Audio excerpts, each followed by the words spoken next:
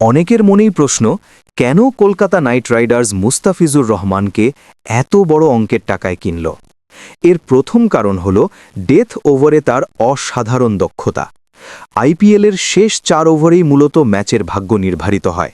এই সময়ে ব্যাটসম্যানরা যখন ঝুঁকি নেয়, ঠিক তখনই মুস্তাফিজ তার স্লোয়ার কাটার আর নিখুঁত ইয়র্কারের রান আটকে দেন। বড় ম্যাচে চাপ সামলানোর এই ক্ষমতাই কেকেআরের সবচেয়ে বেশি প্রয়োজন ছিল। দ্বিতীয় বড় কারণ ইডেন গার্ডেনের উইকেট।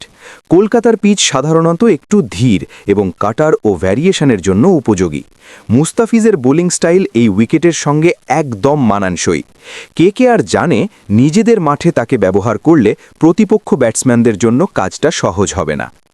আরেকটি গুরুত্বপূর্ণ দিক হল বামহাতি পেসার হিসেবে তার বিরলতা। আইপিএলে মানসম্মত বামহাতি ফাস্ট বোলার খুব কম পাওয়া যায়।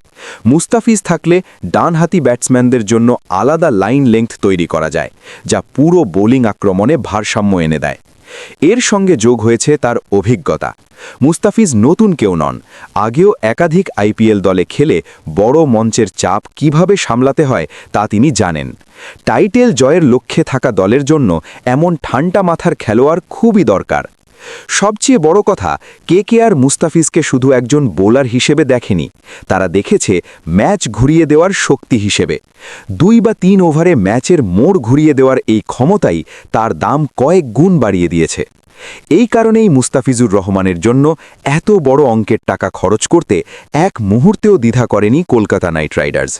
এটা শুধু একজন ক্রিকেটারের দাম নয়, এটা তার দক্ষতা, অভিজ্ঞতা আর ম্যাচ উইনার হওয়ার বিশ্বাসের মূল্য।